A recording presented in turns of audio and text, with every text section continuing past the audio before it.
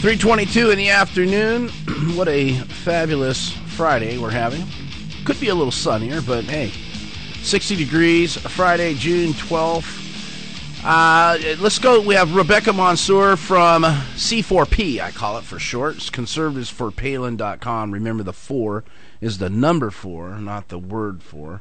Conservatives4palin.com. Brendan Joel Kelly with the Anchorage Press. A big story, a feature story this week in the Anchorage Press about Bill McAllister. I encourage you to pick up a copy of that. Go online. Huh? Or go online. Or go online, that's right. AnchoragePress.com. That's right. There's actually a typo in the hard copy, so I encourage everyone to read it online where there's not a typo. You doubled a paragraph, There's right? there's a quote twice. Yeah. Yes. Sorry. Hey, it happens. It happens. I write. I make mistakes all the time. Rebecca, welcome back to the program. Hey, thanks, guys.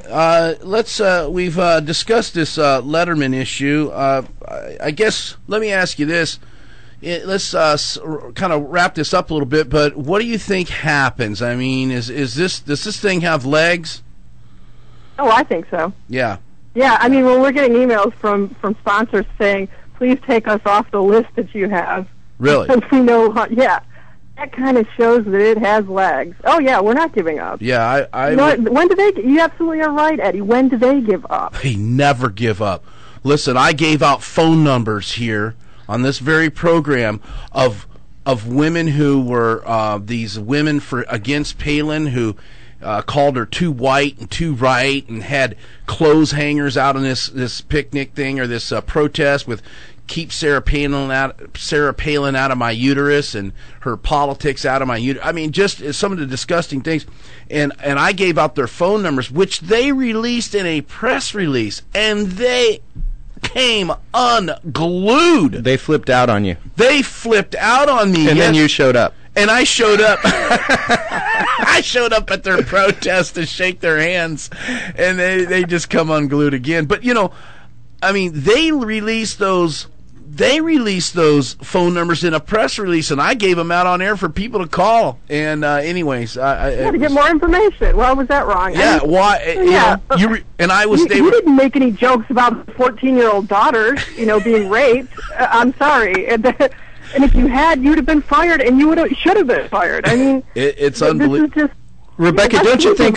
Don't you think some of the fault goes to the writers, though? Because he's got, 10, 12 writers in there, and, he probably rehearses his monologue once. And, oh, sure. I think that if you really feel strongly about, it being a joke about Willow and them not realizing that, I think David Letterman probably honestly didn't know which daughter he was talking about. But they got writers back there that are supposed to be informed. Well, you know what? Okay, those writers probably already are suspended, I would imagine. Or maybe, well, I can't say. They might not be. But I'll tell you something. Don Imus's comment, which he deserved to be fired for, okay, that was off the cuff. There's a David difference. Letterman had prepared That's right. notes. That's right. I sit here behind this. Rebecca, you and I and Brendan right now are sitting behind this mic, and we're not reading from a script. We're just kicking it, and that's what Don Imus was doing. He was just rolling, and these Brendan's right. Writers, rehearsal, he has to read it off the teleprompter. I mean, come on, Yeah. They knew what they were doing, and I agree with you. I mean, the blame doesn't go with him. In fact, I could imagine him being suspended and those writers being fired for this or suspended. But, so the blame goes around, but he doesn't get a pass. Like, oh, he's just innocent old Dave. No. But see, he had it. Here it is, Rebecca. He had an opportunity the following day to say, hey, you know what? The writers did this, and you know what? I didn't know, and I'm really sorry. And listen, I don't have a daughter, but I can sure imagine how someone else would have a daughter and take that. I was just trying to be funny, and you know what? I deeply apologize. No, he's never said any of that. What he's done is, hey, you could come back on my show. I mean, and you know what he did today on Thursday night? He actually made a joke about, well, we settled this thing with the Palins. They invited me to go hunting. Wink, wink. Oh, yeah. Thinks it's a joke. Yeah, right. Okay, here's the thing. I mean, and I got to say, he's showing contempt for Alaska, too, because he's treating Alaska as if it's like some cartoon land. All right, let's go. And Sarah Palin is some chillbilly who's, we get that a lot. Off. Let me get John in here real It's quick. not okay. It's not right. Yeah. You know, so that's what my attitude is. All right, let me get John in here real quick. John, you still there with me? Yeah, still here. Go ahead.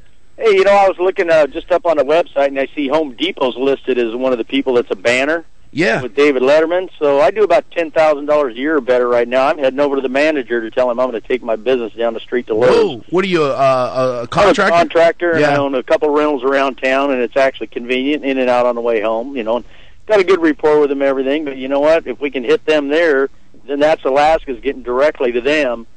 Wow, in a way that could make a lot of difference. That's a big deal, man. You make sure you email CVS and email the headquarters that information, please. Hey, maybe Let what them we know. maybe what we ought to do is have a big rally down here at Home Depot or something like that. I don't There you know. go. I don't know. Maybe we should do that. Maybe we ought to kick it off. You know, what's that? Well, you know, they're going to do that in New York City. They're trying. The Fire David Letterman crowd are trying to throw a rally outside of his building. You know? Let me try to. Before I get myself in trouble, look, I'm not trying to incite rallying at Home Depot. If other people want to do it, that's up to them, okay? I'm not going to. I don't think that I should. Do they advertise on this station? Home Depot does? You don't want to get No, they don't. already. Oh, okay. Well, you know, maybe I should not get out there and start advocating something. Well, I just think the people that go into there, because they got a lot of business from people in Alaska, that'd make a big pack when they're starting to call their corporate office going, hey, you know, you guys better get a heads up here. You know, this guy's done pissed off a bunch of Alaskans, and they ain't sitting down for it. Well, for all you know, Home Depot could have withdrawn their support Yeah, now, yeah. so I would check in with the manager before you. Yeah, maybe we you should know. get a formal response Yeah. from Home Depot before we. That's a good idea. Yep. All right, guys. All right, hey, Rebecca, thank you so much for chiming in today. We didn't get into everything, but we appreciate that. Huh? Okay, let's take another phone call then from Jeff on line 2. Reese's keeping me Hey, Eddie, squared what away. you think it'd be a good idea to maybe ask Sarah what she'd want us to do for her? You know, that's an interesting question. Yeah, that may be right. I think. Well, Sarah's already said what she wants. She wants Mr. Letterman to apologize to women across and young girls across America And flight attendants. and flight attendants. There you go, Rebecca Mansour. Is that's what you understand, right? Yeah, basically that's all she said. And Right. She's not advocating what we're advocating. We're Right. no, I mean we're. Right. Okay, well, Rebecca, thank you so much. I appreciate your time with us today. Rebecca Mansour from conservativesforpalin.com. As always, Brendan Joe Kelly sticking around with us here from the Anchorage Press. Pick up a copy, feature story about Bill McAllister, former communications director for Sarah Palin.